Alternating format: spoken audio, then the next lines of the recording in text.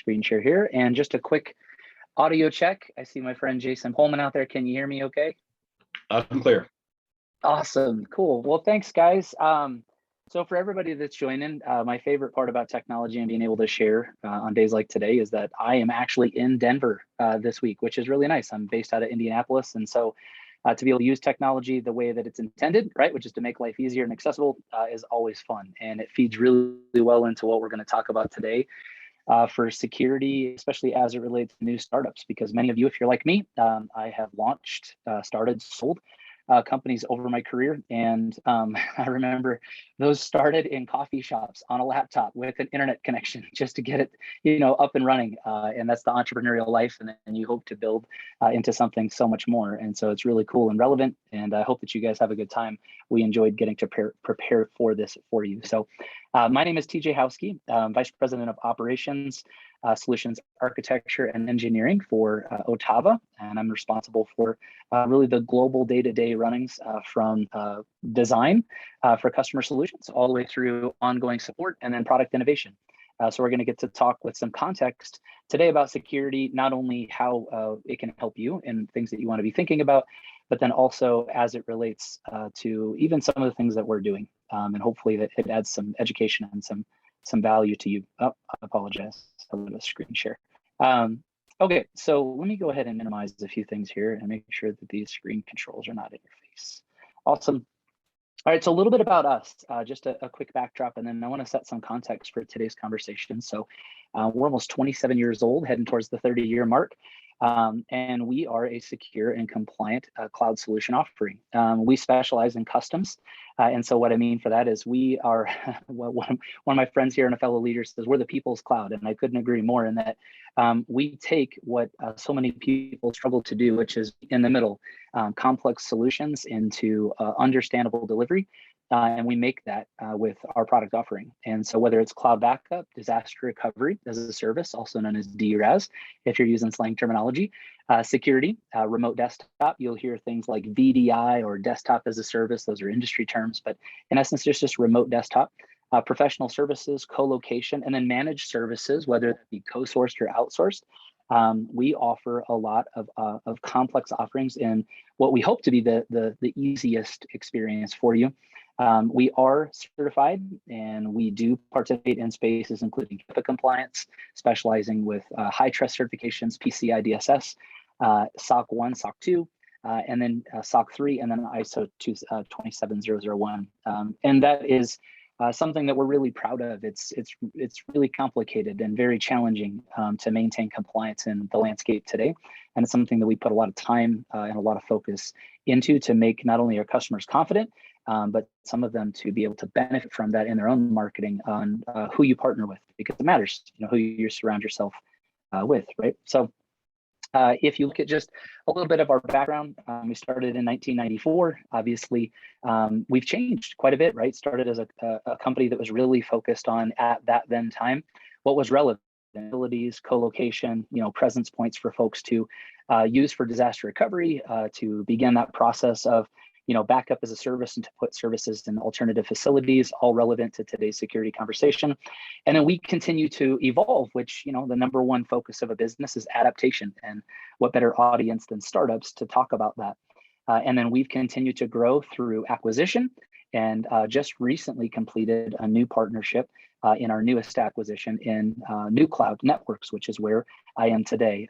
Currently now a New Cloud is an Otava company. But we're located in Denver, Colorado. So it's been really fun to come out here and get to know more folks and see the area, which is great. So that's our background. And then just a little bit, geography for you, just presence points globally.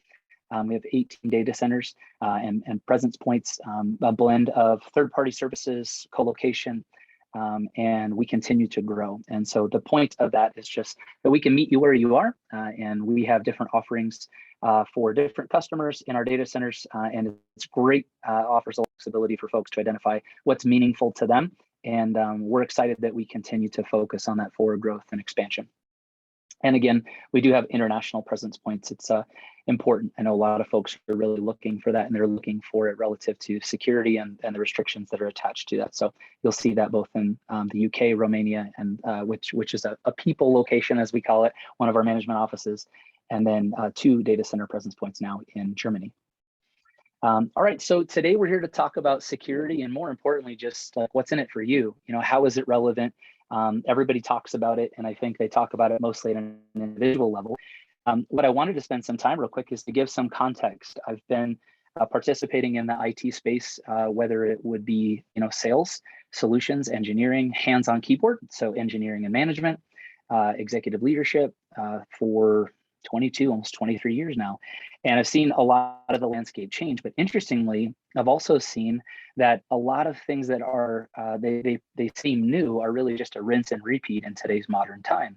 And context makes things really powerful when you're starting to look at how this applies to you. So interestingly enough, you'll hear that security attacks are on the rise, right? On this slide, we're talking specifically about ransomware attacks. 19% are directly related to misconfigured cloud servers. And you can see that the costs associated with ransomware attacks are on the rise, right? We're talking billions of dollars and growing because, in fairness, for some companies, they're finding the unfortunate experience that in that most desperate moment, it's easier for them at times to pay for the ransom than it is to go back and try to fix some of the issues relative to security. And then they have to address that going forward. That's a new scary understanding that's coming to the reality where folks are having to sit down at a table and really discuss what does it mean to be postured and prepared properly for security. And so this is pretty interesting. Statistically, from a global security perspective, if you remove ransomware, this is the fewest victims that have been exposed individually to attacks since 2015 relative to the first half of 2021, with only 118.6 million people impacted on recent exposures. But why is that relevant when you're talking about individual attacks versus ransomware? And that is because what you're seeing is a shift from bad actors that have, for the longest term, long-term focused on, you know, individual resource exposure, right? Where they're attacking one person and they're looking whether it's identity theft or credit card access or, you know, things of that nature, to now the bigger attacks. And those bigger attacks affect the audience on this call. They also affect the Otava audience, right? Us as a company. This is the thing that we have to protect for, because they're realizing that where the long game for, you know, crime is in ransomware, and that's where the money is to be made. And unfortunately, the tools are a lot easier today for folks to be able to take advantage of that. And so what you see here is the growth trend relative to the payouts and the damages associated with such attacks. So it is a serious thing to discuss, and that's why we're excited to spend some time with you here today. When you look, I got a little bit of activity on slides, sorry. When you look in 2020, the average cost of a data breach in the US was, you know, over 8.5 million, right? So we're trending towards 9 million, quickly into $10 million per breach.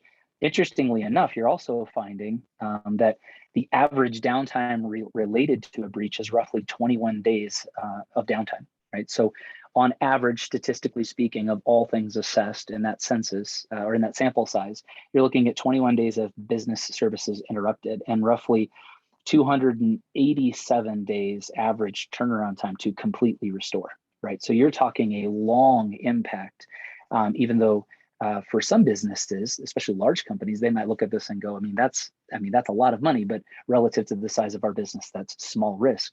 That's not when you look at the productivity impact and the brand damage and some of those things that, you know, how much money can you put on your reputation and your character, right? Of the 8.64 million, 52% of breaches are caused by malicious attacks, right? And then you see the top malicious attack methods broken down by compromised credentials, which is really your username and your password, right? Cloud misconfiguration, which can happen in a lot of ways. It doesn't have to necessarily be a technical resource on the backside that didn't deploy the technology properly. It could be a code bug, an opportunity that's an exploit has been identified, a vulnerability, and then it's targeted. And I'll give a little bit of context to that here in a minute. It could be third-party software vulnerability. There's an example just recently I pulled before this call.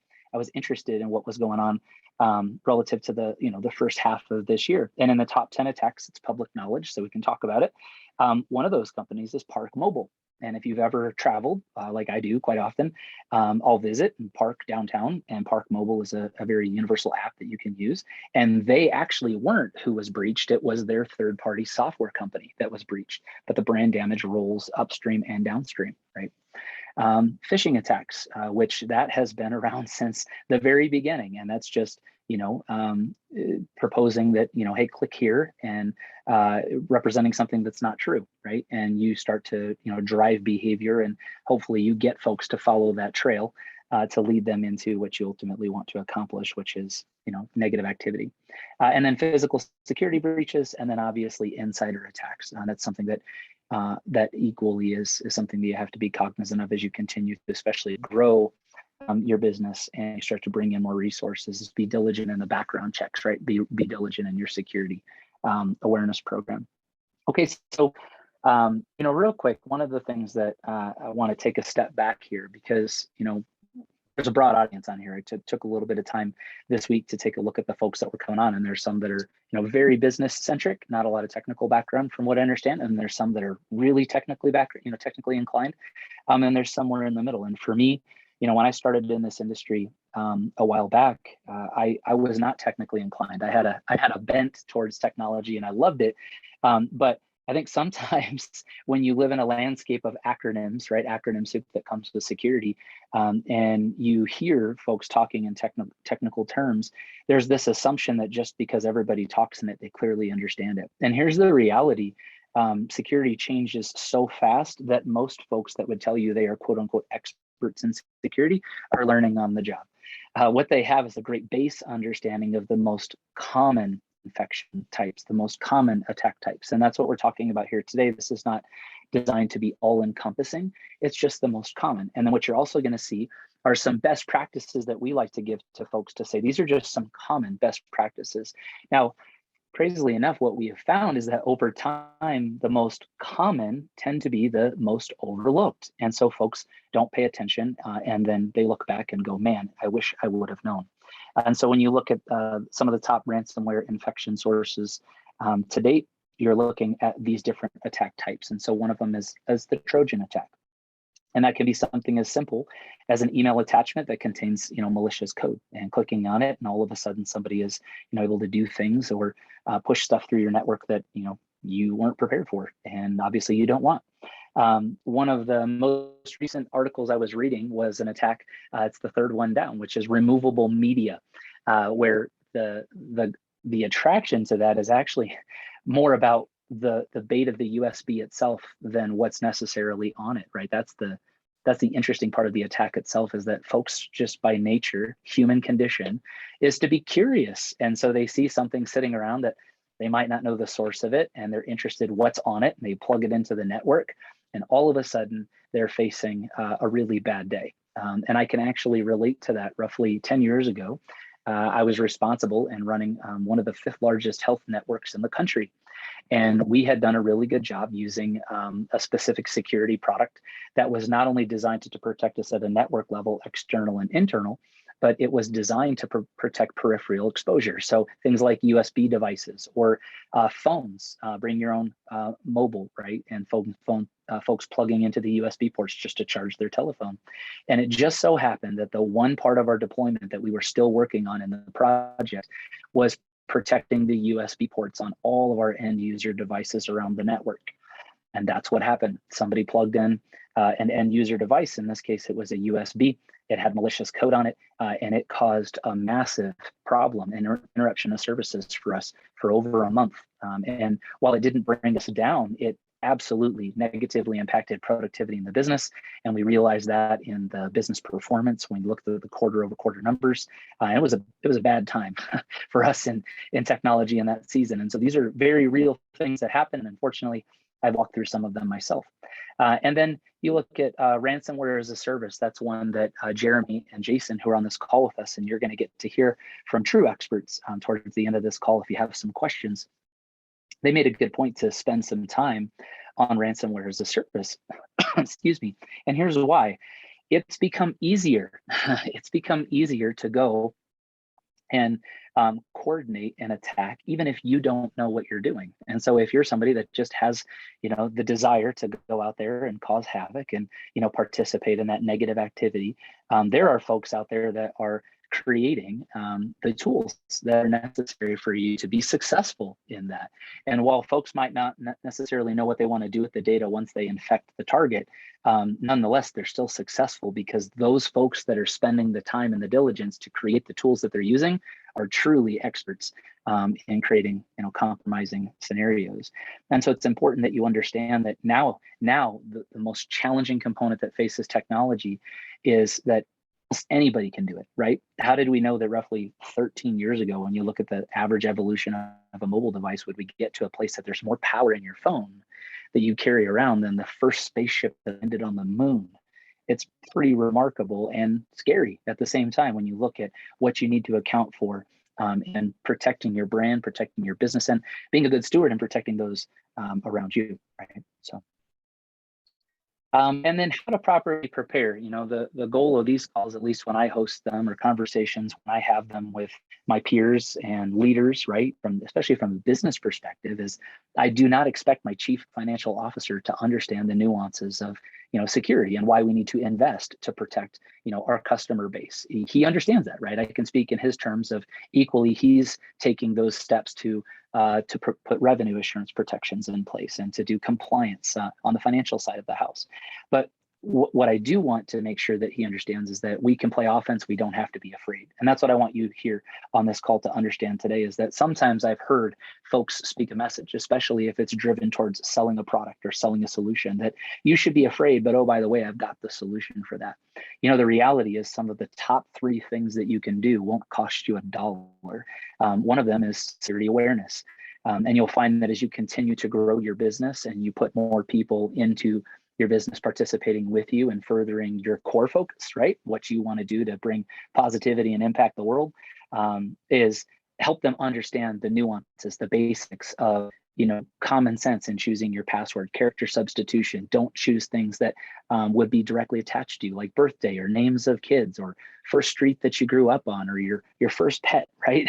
And unfortunately, most people do that. Don't keep standard and default passwords on critical, really any infrastructure, but particularly critical infrastructure. I find folks do that a lot when it comes to wireless routers and some of their default equipment that they're putting in place. It's super important that you remove the basics.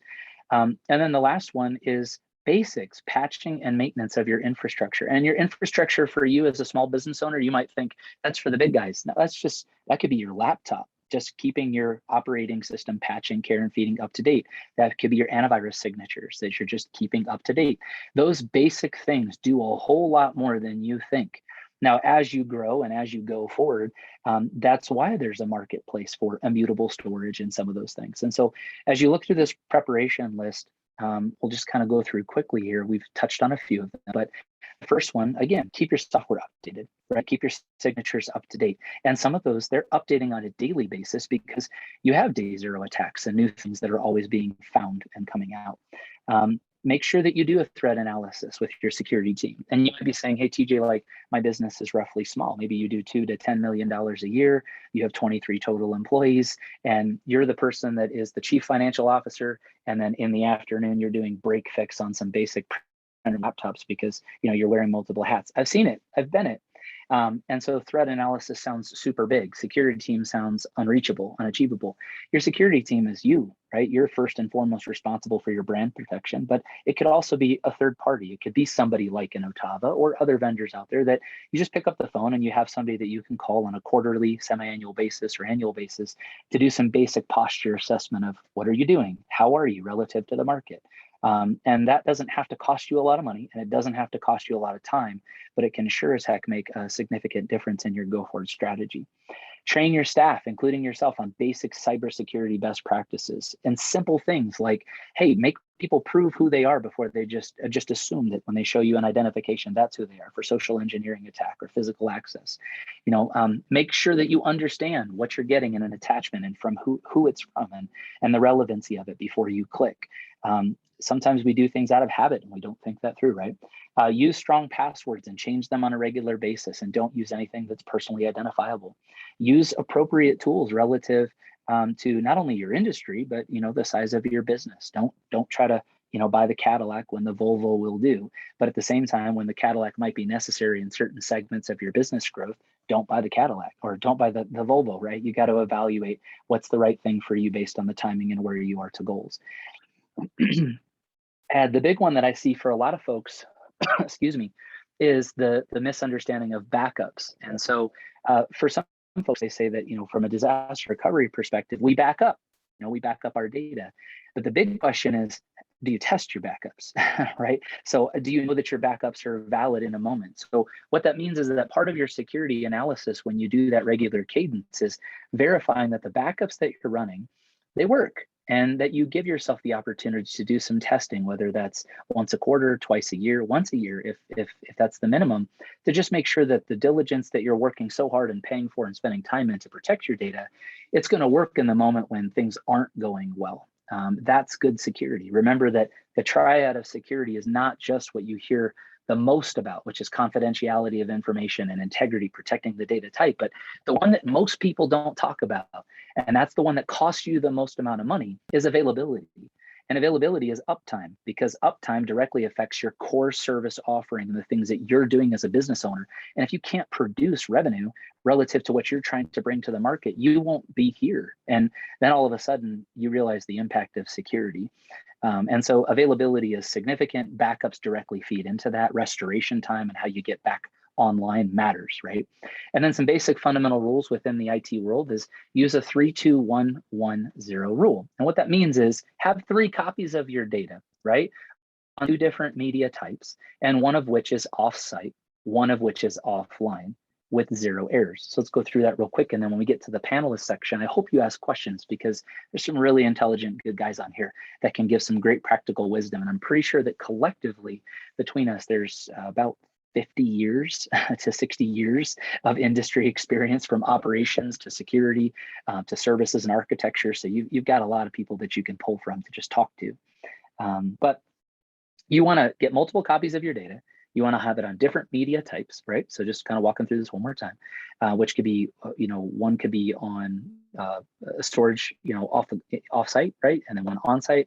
One could be on a local drive, right? Like an external separate drive if you're a small shop, or a small array if you're a small shop. And then the offline component is that it's dark storage. You've stored it, it's offline, it's only accessible for manageability, and there's no risk of somebody else being able to get to it remotely. And then you bring it online when necessary. So I call it cold storage or dark storage protection, right? And then immutable copies of your backups. Fancy for saying something that point in time is protected, that that if somebody was to hold you hostage to say, hey, I'll give you this data back for, and then they give you the dollar amount, you don't have to worry about that, because you have a copy that they couldn't have modified. You have something that's protected that takes you back to that point in time and that you want.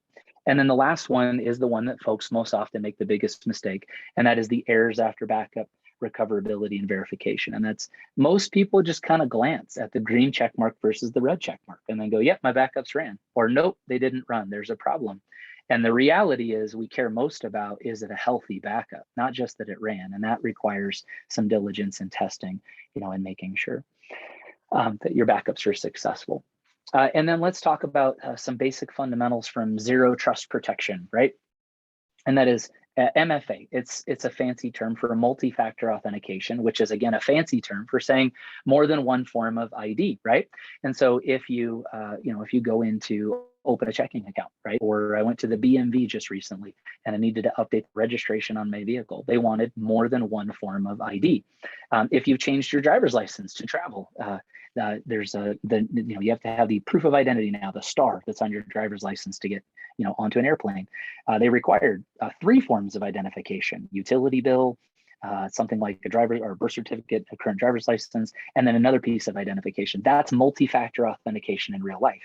And in the technology world, multi-factor authentication is no different. It just sounds fancier, right? And so I have to sign in with my username and my password to log into my work account every day.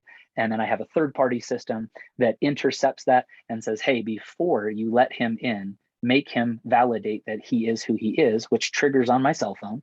And then I tap the button real quick. I say, yep, I'm TJ. I'm has to log into TJ's account, and then Otava lets me on the network. It's that simple. It's a service offering that we provide. It's very streamlined and go to market. You're going to see that that's pretty commonplace today, you hope, for most things that you're doing. Secure endpoint devices, enforcing policies and controls. They kind of go hand in hand, right? Both technical and administrative. But the goal here is that as you put your devices into the network, that you're doing the proper things. You're putting protections on them, security protections for signatures, antivirus updates, malware protection. But then also that you've got tight policies. The way I like to say it is, if it's not needed, right, then don't turn it on from a services perspective, and then slowly work your way into what's acceptable, like minimum standards for making sure that you're not affecting business productivity and availability, but still trying to do the best that you can to maximize the protection and reduce the overall risk profile to the business and to the folks that are participating, within it.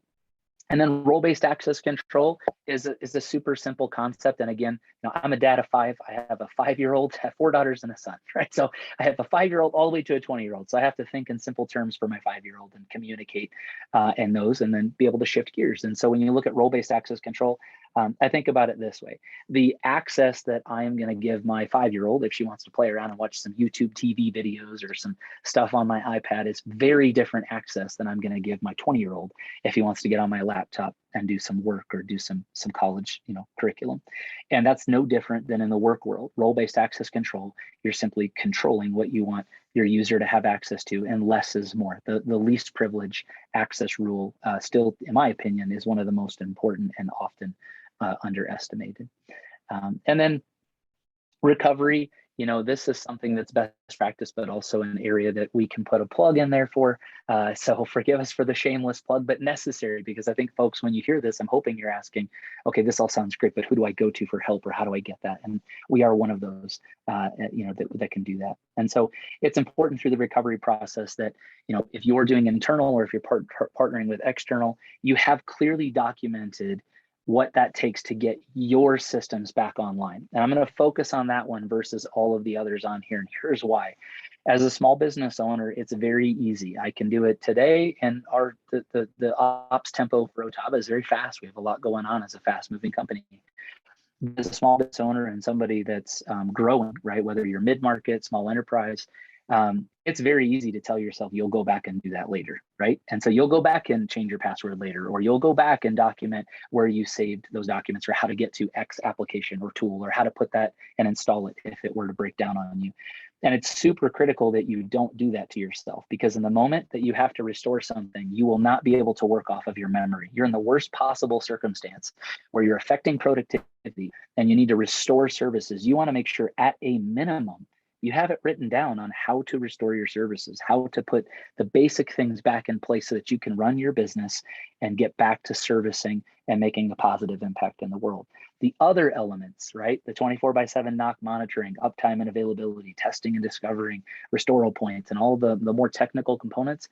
Yes, super necessary. Yes, you can partner with third parties to do that, but it's the little things that cost you the most amount of time. And it's the little things that you look back later and go, man, I wish I would have done that. And I hope that that's what value we can bring to you today, even more than our product set, is our wisdom of the mistakes that we've made. They say that good judgment comes from bad judgment over time.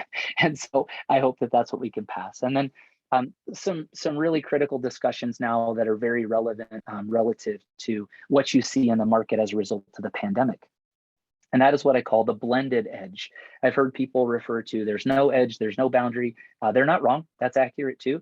But I think it's the more challenging discussion is the blended edge in the remote workspace. And that is, we're extending corporate services or business services into your home life. And there's always a balance there that gets very interesting between whose device is it? Does the company own it, or do you own it? Or is the answer yes, both, right? Especially if you own your own business as an entrepreneur. Who owns the internet there, and who manages the equipment, the Wi-Fi, the router, the Wi-Fi cable modem, whatever that might be? Who's in charge of that? And who's responsible for the cell phone that's coming in and out of the building, or that you're using at home, and the applications that sit on top of it? Most of the time, I find the answer is yes across the board. And so this blended edge has become an extremely challenging time for both small, medium, large enterprise and Fortune level companies, because at the rate in which most home like home networks have extended, because it was based on like necessity, right? They say the mother of all invention is necessity. And so folks immediately were turning up home offices at record paces, literally breaking the internet, rapidly deploying hardware, putting out SSL VPN tunnels, which is just a remote connection from end to end. But it's the little things that have not yet been addressed. It's who owns password and controls, who owns policy and governance, meaning what's acceptable use on a home network with a corporate device, right? The little things that go a long time. You know, now you've got somebody working full-time at home using their corporate device, but maybe their kids are using that device to do some schoolwork. And now you've got another user on that device. And whether you say they can or they can't do that doesn't mean they won't, right? And so you've got to balance that. These are things that you want to be thinking of that are just some very common sense best practices for remote at-home work. So follow the rules and the regulations, which first starts with clearly defining what are the rules and the regulations for your teleworkers. Set up secure virtual access. And if you don't know how to do that, or if you're like, man, there's only 10 of us and we're just trying to do this best, then look into products that solve for that need. Things like desktop as a service. Desktop as a service is a subscription based, literally desktop delivered right to your device, whatever that device might be.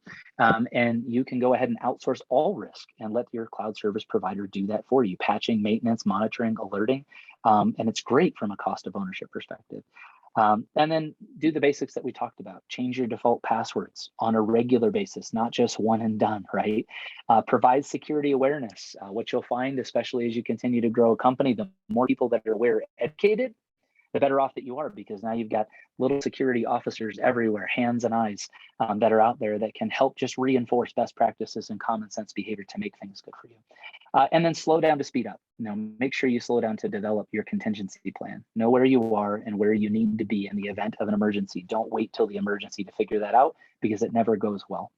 And then challenge yourself that, you know, multi-factor authentication, some of the basic things. I find that a lot of people dismiss the short term for the long. And so it's like, well, I don't want to pay for that because of where I am in my business. Maybe I want to wait. You can't afford not to pay for it. So it's about finding the right product for where you are within your growth. And then you can mature. And that's what this slide is all about. We have multiple offerings.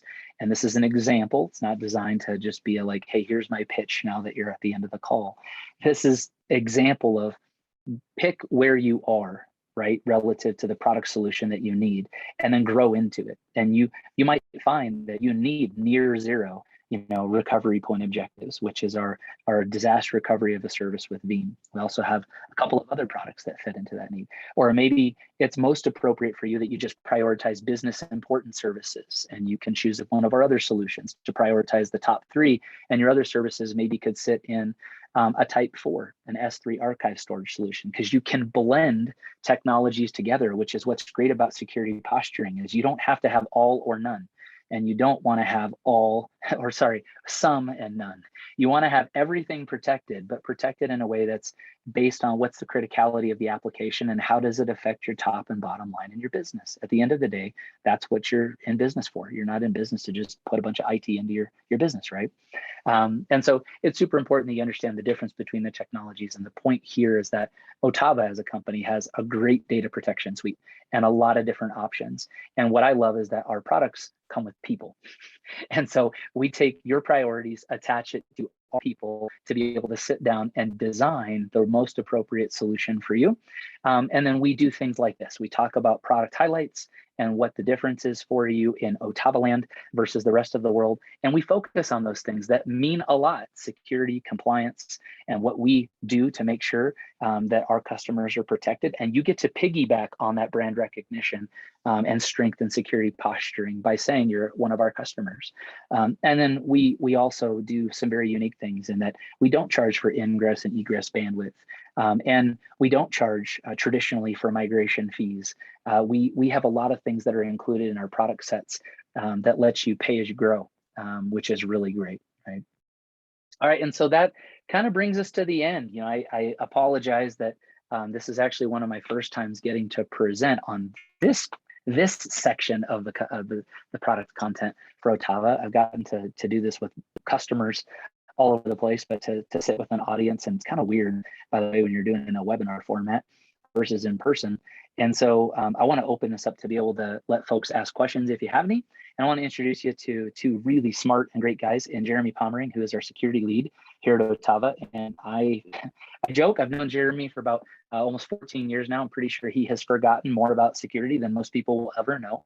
He literally has almost every coveted security certification that you can get in the industry. And he's passionate about it. He loves helping people and protecting them. And then equally, Mr. Jason Pullman, who is passionate for helping people map solutions, who has a great background in both operations and then now sales and technical architecture, and then service delivery, which is really great. And he's been with Ottava quite a long time as well. So he's a wealth of knowledge and history. And then collectively, if you put the three of us together, we're old.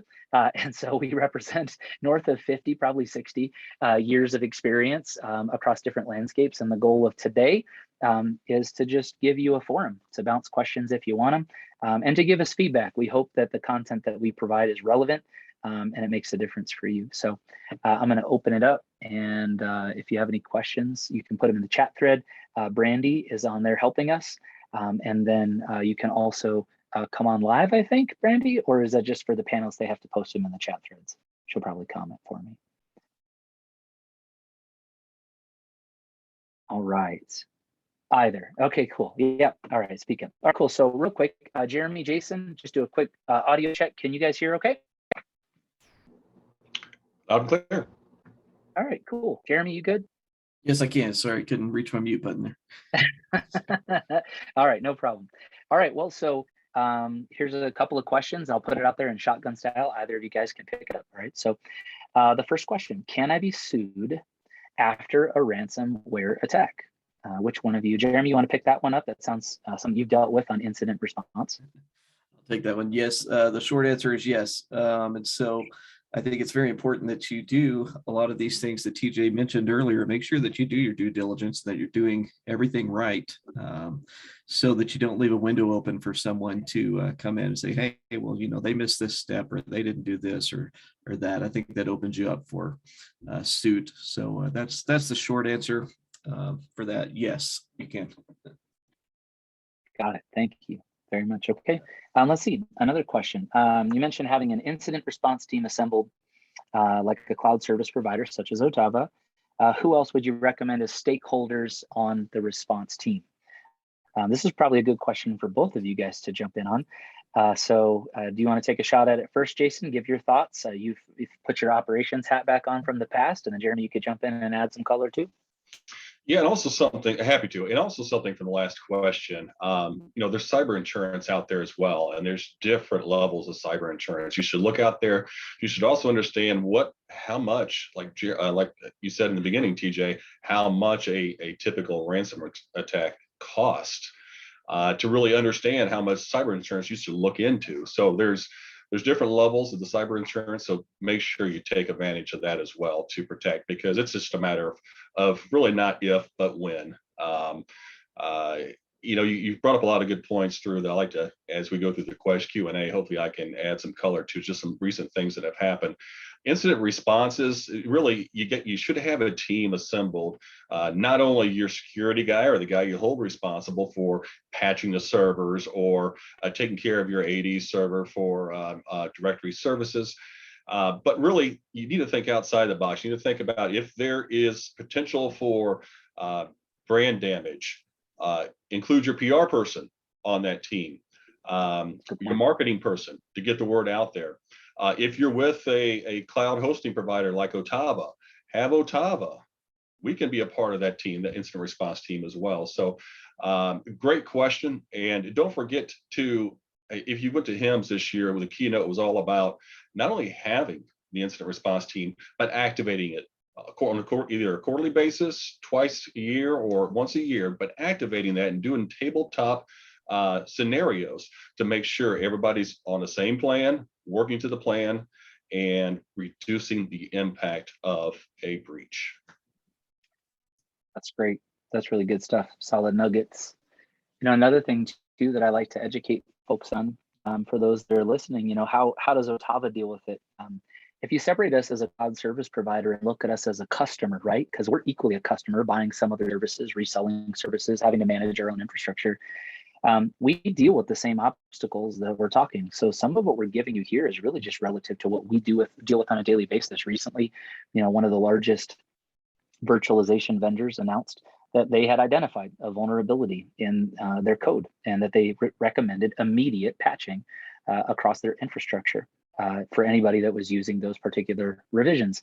And as such, we had our incident response team that immediately reviewed, went into the stakeholder meeting to address what are the risks to not only the business, but to our customers and to some of our customers that are reselling services. So they're subtenants, right? So 2 degrees removed. We had to build the appropriate response and include that in there. And we deal with the same thing that everybody deals with. And so we can appreciate the different hats that you have to wear, whether it's operations or whether it's sales or whether it's leadership or technical hands-on keyboard. We get it. There's a lot that goes with it. All right, let's see. Any other questions? Brandy, do you see anything else in the chat?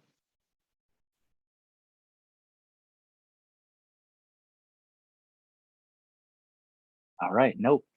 Cool. Well, guys, Jason, do you want to elaborate real quick? I can go back a slide, but you have been participating now on the sales side for quite a while, and I kind of cruised through this to get us to Q&A to give it open. But would you like to add a little bit of color to any one of these relative to some solutions you've recently designed and how they've solved for some real world problems? Because I know you got a big brain for that and you're passionate for it. So you want to talk about that?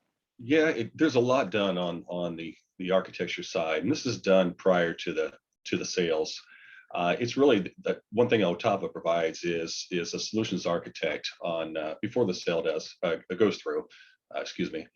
Just put a plan together, and the plan is going through and actually doing an assessment, if you will, of the environment, what you have out there, and helping to classify if your applications or your servers are business critical, if they're mission critical, or if they're utility, and then overlay a response solution for each of those tiers. That's all done on the pre-sale side. So you don't have to be an expert at understanding how to apply some of these, because we have the expertise at hand available to help and assist in developing those plans and getting the right solution to meet your needs. So not every server is business critical, even though if you talk to the app owner, they may say so. But that's what the actually deliverable, the output of our analysis gives you, the ability to see it on paper and go through it methodically and actually assign your servers, identify those mission critical applications that have to be online all the time to serve your customers. And it's a methodical process where you can actually see what's going on and apply that to each of your tiers of servers. So it's something that Otava has done for many years, and our solutions architects are very adept at doing this analysis, and it's all just part of the process here. That's great. Thanks. I really appreciate it. Okay, guys. Well, a couple of things that I'd like to leave you with, just things to consider, right? I have found in, all this time in the industry that with confusion comes profit for those that are not doing this right or well. And what I mean by that is sometimes folks, like I said, they narrow in on it's about selling you a solution, a product, and that's going to solve your problem. And what I can tell you that most common beginnings of large security issues are attached to behavior. And so it is really important that you slow down to pay attention to the fundamentals of what is my security posture in terms of just basic awareness.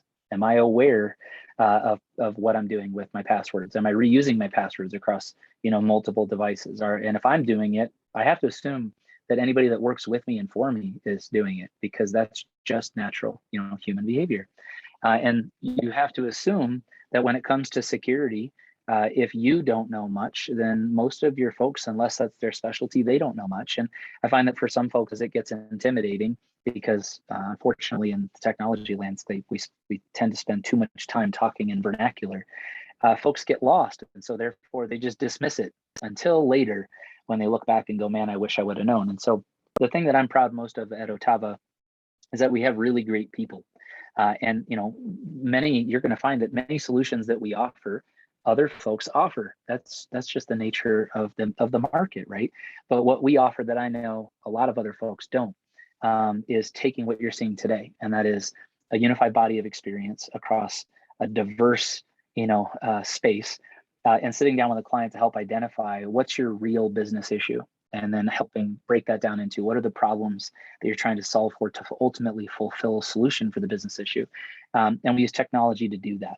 And we use people to match it to the right technology, and honoring your budget and your goals with success-based outcomes. So I want to say thanks so much for spending time here today, and appreciate the opportunity. So a shout out to Denver startups, and I think it's cool, by the way. I know that the backbone of the economy is built on the entrepreneur, and folks that continue to drive innovation. And I love that. It's awesome to see that it's alive and well, and folks have a heart to want to make a big difference and chase the dream.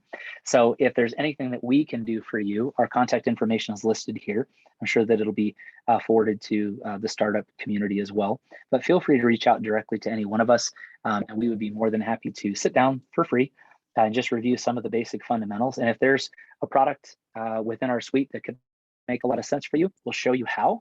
But more importantly, we can help you with the basics of just understanding the building blocks to design appropriate security posture, and then how does that tie into these technologies briefly that we touched on today. You can also visit us at otava.com. So if there's no other questions, then I will go ahead and honor your time. Oh, looks like there's one more that came in. So I'll still honor your time. I'll answer this question. Can Otava help me put together an incident response plan? Yes, Otava would love to help you put that together. And so for the person that asked that question, if you'd like to shoot an email to any one of the three of us, or to the three of us collectively, and the first person to respond will pick you up, and just schedule some time to sit down and talk, we'd absolutely be happy to do that, and talk through what you're looking for, and what does that actually entail, and what are you trying to achieve. So yes, please take our contact information, shoot it over to us, and we'll get on the phone with you and walk you through. So, all right, Jason, Jeremy, did you guys have anything else that you'd like to add before we close and land the plane? I think it just, you mentioned the priority of backups. It really is a priority. You can do all the things right and still have, you mentioned the parking thing earlier, a vendor can get hit and cause a ransomware event for you. So backups and restores, they're very important, that 32110. So keep that in mind. No matter how good you are at everything else, you're only as good as your best restore, or your ability to restore. So. Solid word. How about you, Mr. Pullman? I would agree with that. And MFA is also very important. I throw out those acronyms like everybody knows them, but multi-factor that you mentioned earlier. I just read earlier that and all of you may be impacted here shortly. If you have a Yahoo account or a Google account as well, both of them are requiring 2FA. In fact, Google just today, 150 million accounts, they automatically turned on 2-factor. So if you haven't used it yet and you have a Google account, you will be using it by tonight. Well, there you go, right? The worst time to find out that you need security is when you've been breached, guys. So my recommendation is to just have an opportunity to sit down and talk with folks in advance and just assess your posture, and then go from there. Don't do it from a fear-based perspective. Just do it from making sure that the hard work that you're putting into developing your business stream is not lost at the hands of some unscrupulous people. So thanks for spending time with us today, and I hope that you guys have a great rest of the event. And hopefully we'll talk to some of you soon.